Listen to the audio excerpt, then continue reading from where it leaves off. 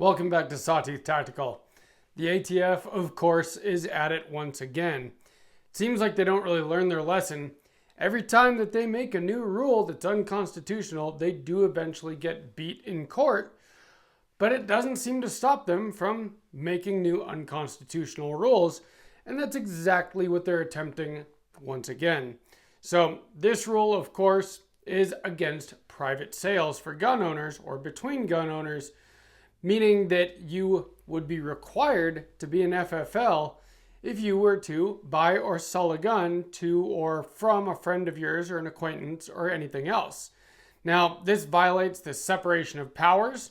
It is fully unconstitutional, and you know that it's not gonna stick up legally in the end. But of course, here we go again. The Bureau of Alcohol, Tobacco, Firearms, and Explosives just can't get enough of trying to take away our rights. So it has long been perfectly legal to do a private transfer of a firearm.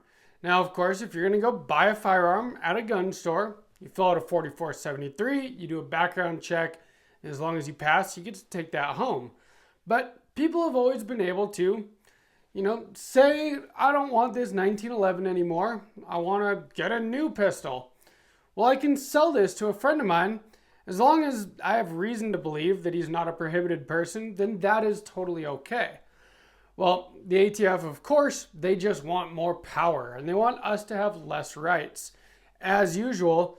And so they want to make that illegal. If they can't win on the bump stocks, if they can't win on pistol braces, if they can't win on frames and receivers, well, now they want to go after private sales. I don't know about you guys, but I've had my bank account hacked 3 times just in the last year. I get spam calls all the time. I've had to get new debit cards because it's been such a problem.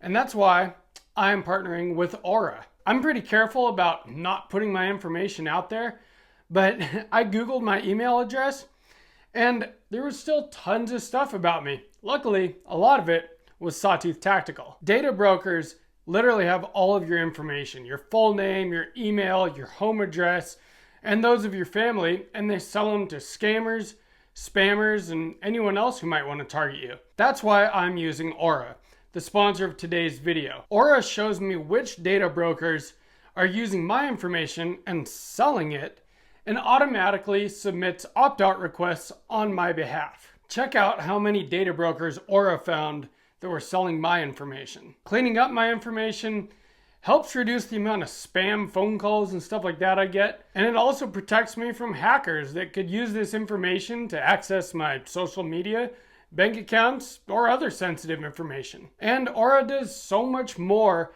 to protect me and my family from threats that I can't even see. Aura is very easy to set up. I don't have to download several different apps for things like antivirus, VPN, password management, parental controls, identity theft insurance, and more. I can get it all in one place for one affordable price. You might already have one or two of these tools, but not having Aura is like locking the front door, but leaving the back door wide open. Aura is always on, doing the hard work so that I can focus on other things like building this YouTube channel or whatever else that I want to deal with instead of protecting my own personal privacy. I value my privacy and I value yours. You can go to aura.com/sawtooth-tactical to get your own 2-week free trial. I'll have a link down below in the description. So the ATF's actual duty as part of the executive branch is not to make law, not to write law. They're just supposed to faithfully execute the laws, meaning that they are able to enforce laws that are already on the books. But through Chevron deference, for years now, we've been seeing them reinterpreting current law insofar as using rule changes to basically make law, which is absolutely a violation of the separation of powers. That is supposed to be for the legislative branch. It is only supposed to be for Congress to make laws and not the ATF. And Congress, along with not banning pistol braces, bump stocks, those things, Congress has not made it illegal to do private sales of firearms either between individual law-abiding gun owners. But of course, the ATF, in always wanting more power, in a big power grab, they want to make that illegal. And of course, the whole thing is that it's supposed to make us safer. But you and I all know how criminals work. I've said this in many videos. Criminals are gonna criminal.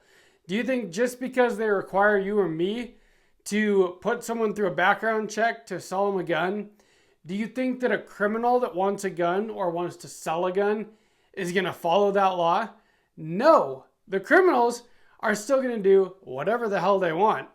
If I'm a criminal and you're a criminal and I want to buy a gun from you, we're not going to go to the FFL or get an FFL, become an FFL in order to do that, because as criminals, we don't want people knowing that I own a firearm, that you own a firearm. That's how criminals work. Law-abiding gun owners, while we have nothing to hide, we don't really want the government knowing what we have either. Now, obviously, for me, that doesn't work. I've been running this YouTube channel for a couple years now. Anybody that wants to know knows what I have. But again, I have nothing to hide. It has always been perfectly legal to buy and sell a firearm privately. And it's a kind of a nice, convenient thing. You know, as you get into the firearms hobby more and more, sometimes you realize maybe that you purchased a firearm that is not ideal for you. I've done it myself. I've sold a few of my guns over the years. And it's always been in order to fund new gun purchases. At one point, I used to carry a Taurus G2C. I sold that to a friend, not for a profit. In fact, I took a loss on it, but he was a good friend. And I used that money to get a SIG P365, which is what I've been carrying for the last few years now. I used to have a 1911 Springfield mil-spec. I sold that to help fund this Springfield Ronin, which is a nicer, just higher end 1911, has more features. It's a gun that I like better. And that is a nice thing to be able to do. I've never done it as a business in a way to make a profit. But, you know, if someone does want to make a little bit of money on a private sale, there's absolutely nothing wrong with that either. Now, if you are regularly engaged in, you know, buying and selling firearms, specifically to make a profit, if that's your business, then it might make sense to get an FFL and to do things on the books, above ground, like it would with any business. But if this is just your hobby, something you enjoy doing, you shouldn't be stuck with a gun that you don't want. There shouldn't be anything wrong with selling that gun to somebody that might enjoy it more than you, so that you can get something that you really do want. I've done it a few times. I'm sure I might do it again, as long as it stays legal. But there are a lot of problems with making that illegal. One of the big problems, and this has been brought up in a letter by Empower Oversight, which is like a committee. I'm not sure exactly what they do, and it doesn't really matter. But the funny thing is, they brought up something in this letter that could be an unintended consequence of this new rule, in that it could put ATF agents and law enforcement in extreme danger. And they bring up Ruby Ridge and Waco as examples of, you know, situations where ATF agents were in danger trying to execute the law, and, you know, and like mortal danger, you know, they could get shot. Funny thing is, in this letter, they didn't talk about the actual citizens that might be involved in those conflicts. And that's what worries me the most. Say that the government finds out that, you know, you sold or you bought a gun, private sale, no 4473, and they send a bunch of agents over to your house. There are a lot of good law-abiding gun owners that own guns to protect their homes and their families. Well, when someone serves a no-knock warrant at 3 a.m., that is probably exactly the kind of type of situation where an otherwise law-abiding gun owner is going to pull a gun out and respond violently thinking that someone's breaking into their home to hurt them and their family. That is a perfectly reasonable thing for someone to think at 3 in the morning when your door is getting kicked in. And so these guys want to think about the ATF agents that could possibly get shot at in that case. What about that law-abiding gun owner, that father and husband that gets shot and killed, and maybe the rest of his family does, by the agents trying to enforce this rule that didn't hurt anybody, and now a whole family's dead and maybe some ATF agents as well? That is a scary consequence that is very real that could happen because of something like this. Besides that, like I said, it's a violation of the separation of powers. Only Congress is supposed to make laws. The ATF is supposed to faithfully execute those laws, not make their own laws. It's also totally unconstitutional.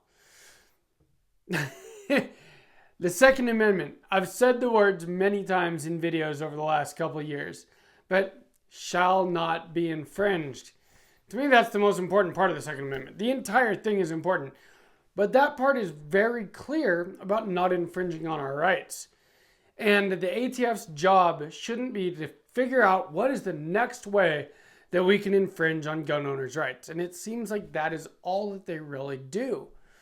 I don't really hear about anything else that the ATF does except for coming up with some new rule to infringe on our rights. And that is not right. Let me know what you guys think down in the comments.